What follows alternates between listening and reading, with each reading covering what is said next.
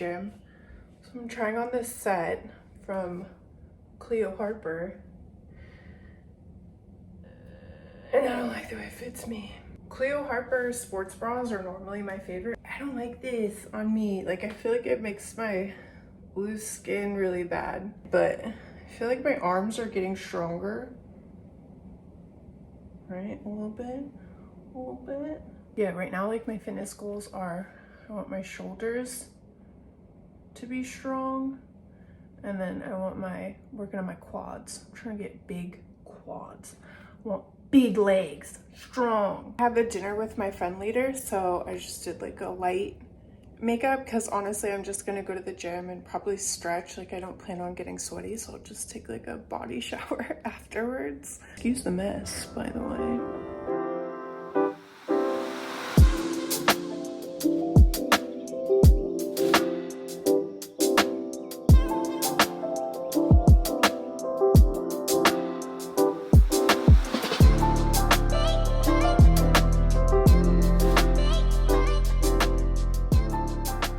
So I ended up doing basically like full body workout. I got like really into it, like into the music and the flow. So yeah, I did not end up doing a light workout, but it's okay. I'm gonna show you guys my post-workout protein shake. So I always do a scoop of this prebiotic and fiber supplement.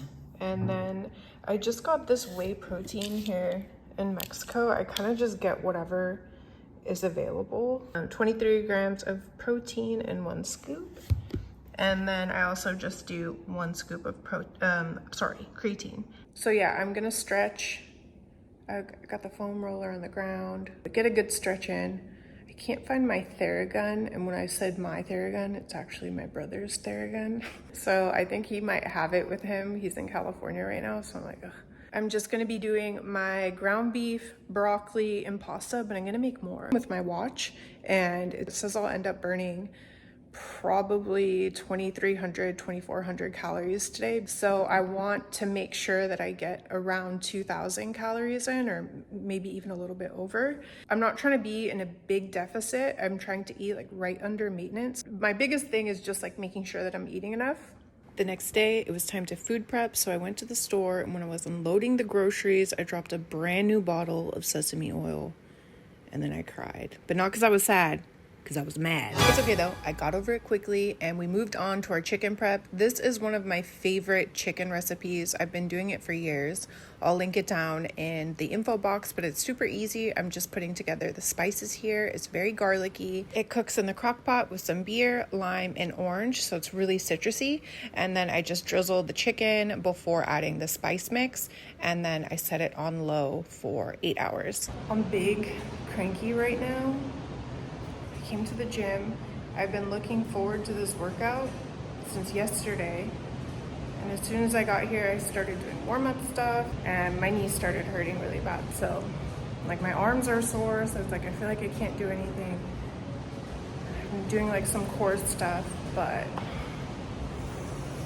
just frustrated.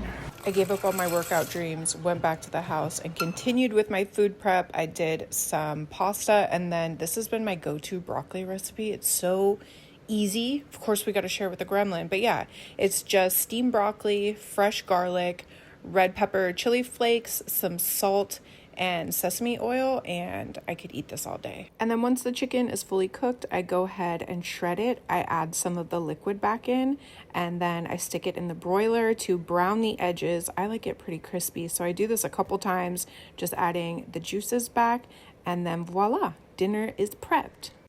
Good morning.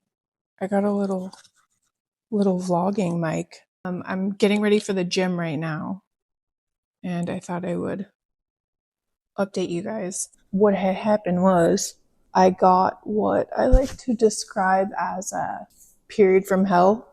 I was in a mood for like a week because I was like feeling cranky. I was like, dude, you can't be cranky on the vlog. Like, that's not, you can't be doing that. But then I got my period and I was like, oh, it makes sense.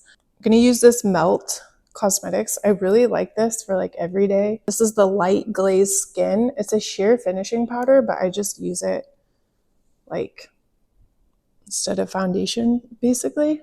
But I wanted to update you guys because I didn't even tell you like anything.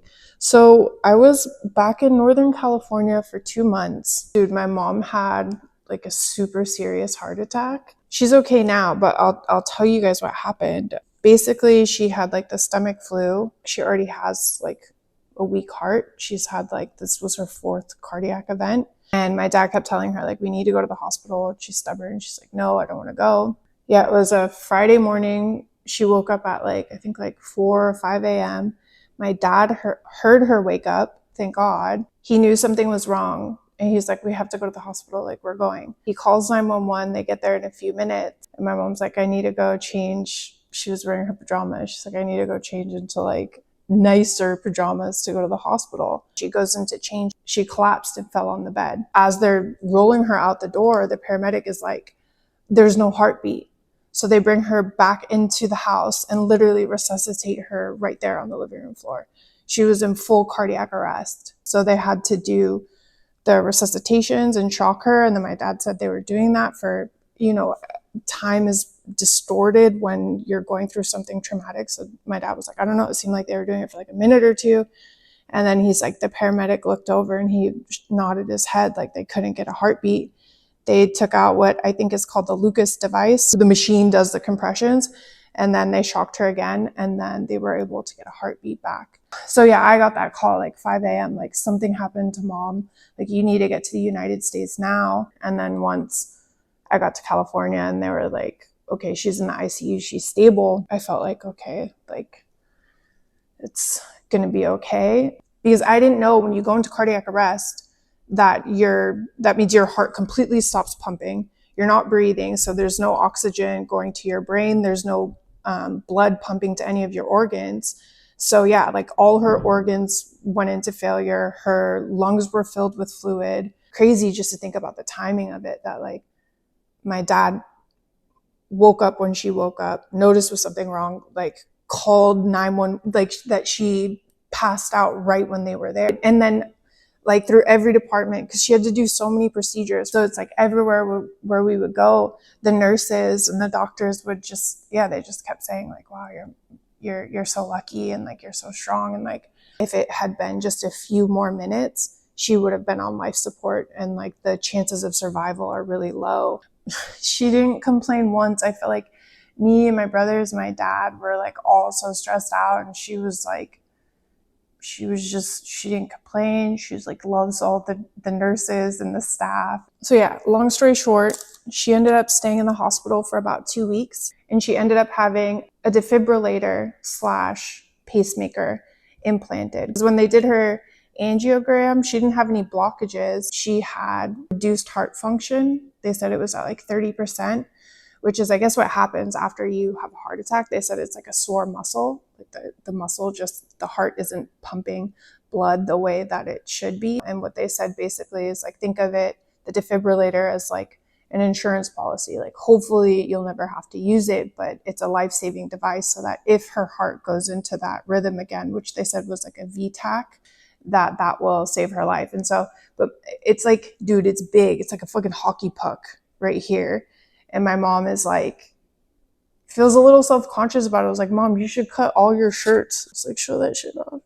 But yeah, my mom is a fucking trooper. I ended up staying, like I said, for a couple weeks after she got home from the hospital to just like help her adjust, do all like the cooking, cleaning, gardening. By gardening, I mean I watered the plants, and I liked it. Like, I liked taking care of my mom. Like, my dad works, so I was like also like get to like cook healthy for him and all that. And my mom is doing good. She's just tired because of all of the medications that she has to take for her heart now. But they said with, over time that her heart function will improve. And then I asked her, I was like, Mom, when your heart stopped beating, I was like, did you see anything? It's like, those stories are always cool. And actually, I heard some of the nurses ask her this too. But she was like, no, like, the last thing I remember is just going into change and then waking up in the hospital. I've been back in Mexico, I guess, for like a month now, but honestly, I was super anxious to leave. Like, I don't know, I just felt like I didn't want to leave her. You know what I'm saying? The whole thing was so scary. And like every time that one of the nurses or like anybody from the hospital staff would say like, oh, this is, you know, your second chance, your second life, it would just kind of get more real that like how close we were to losing her. During my time up there, I did a lot of reflecting and like, I don't know, I miss my family. I didn't tell you guys this either, but like earlier this year, my grandpa passed away. I'm gonna get emotional if I start talking about it. My grandpa Bob, he's been on my YouTube channel. You guys, this is my grandpa. He's amazing. And I asked him if he'll say hi to the vlog. Hi, everybody. I've got my beautiful granddaughter here, and I love her very much. And you couldn't ask for a better granddaughter. That Michelle is mom. Show your friends this picture. Like, dude, he is just honestly one of my favorite people in the entire world. When he passed away, I also spent a lot of time up in the Bay Area. My brothers, my cousins, like we were all there through majority of the time that he was at home in hospice. And I feel so thankful that I got to say goodbye to him actually, because when we knew that he was going into hospice, initially they're like, no, don't rush to get up here. And I was like, no, fuck that, I'm going home. Oh, and then a couple months after that, my uncle passed away. So anyways, I'm looking at it as like, I guess I'm just looking at it as like life is telling me that I want to be close to my family because we don't know how much time we have together.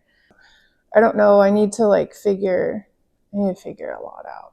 And while I was home, yeah, I didn't track a single fucking macro. I didn't work out. It's like my mom's in the hospital. When she got home, it was pretty chill. I could have worked out and stuff, but I didn't. So yeah, I didn't work out for 2 months.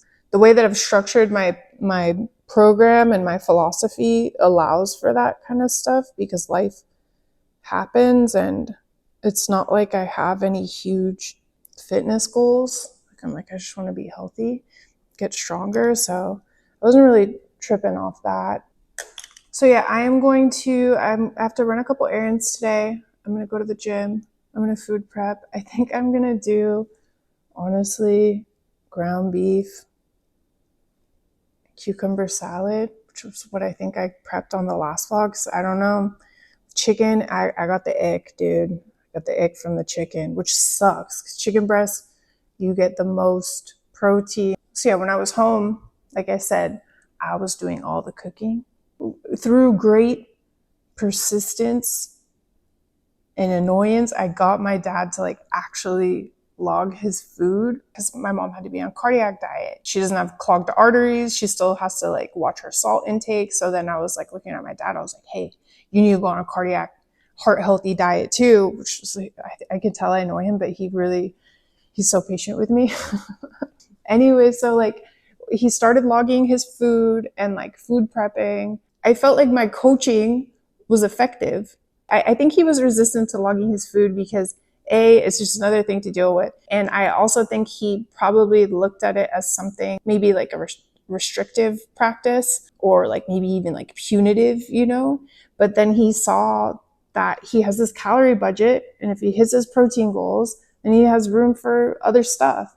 So it's a good feeling, checking those boxes. And I could see that he's like, oh, I still have room for a snack at night and I'm still in a calorie deficit and I'm losing weight. So that part I really enjoyed. And then since I've left, I'm like, you logging your food? And he's like, yeah. And I'm like, but I think he is. All right. Honestly, I feel like I'm already, this was more makeup than I intended on. I think I'm gonna hit the store, I'm gonna hit the gym and do it. Let's have an amazing day. Thank you for listening to me ramble.